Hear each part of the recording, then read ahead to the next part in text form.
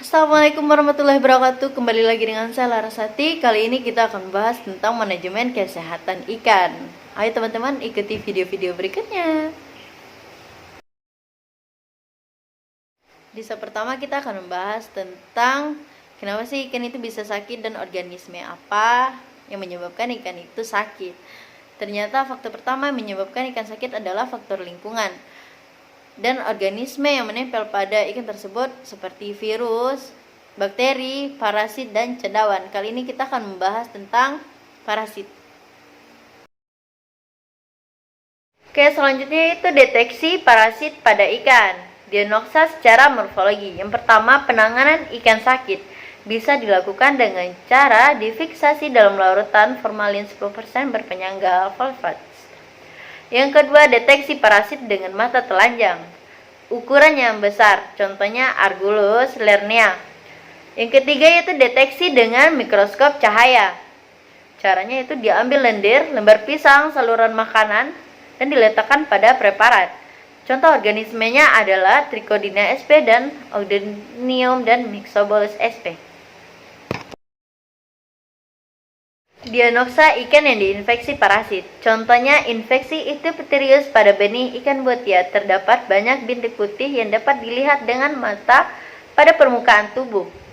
Dan contoh kedua yaitu infeksi Icthyopteris pada epidermis sirip ikan botia.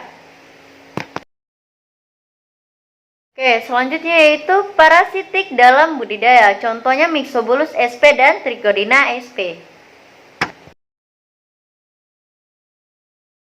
Parasit. Apa sih parasit itu? Parasit adalah organisme yang hidup dan memperoleh makanan dari host inang yang ditumpanginya. Ke dalam golongan ini termasuk parasit protozoik. Protozoa adalah organisme eukariotik dan uniseluler dan beberapa spesies membentuk koloni. Protozoa dapat ditularkan secara langsung maupun tidak langsung melalui perantaraan inang antara parasit non-protozoid.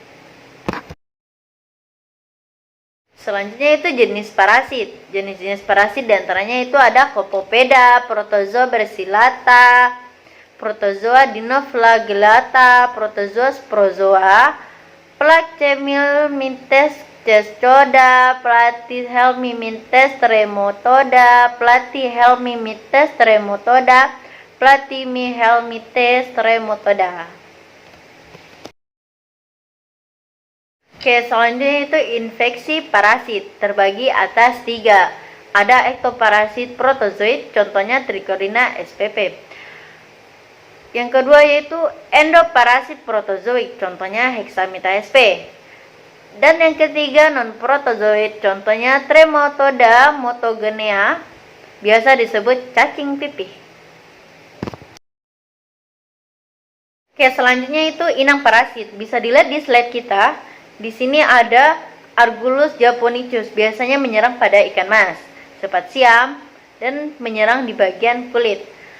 Selanjutnya itu Lernea cyprininacea, biasanya menyerang pada ikan mas, betutuh, dan menyerang pada bagian kulit, sirip, rongga perut.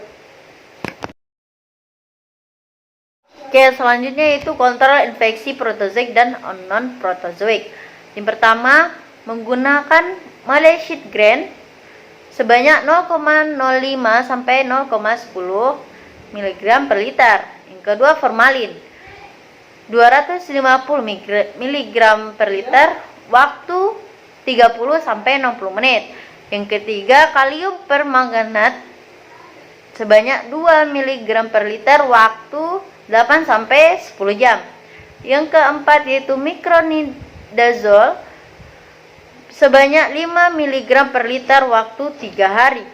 Selanjutnya yaitu larutan Negufon 2-35% selama 3 menit. Yang terakhir yaitu dicabut dengan pinset, pada luka diusap dengan betadine.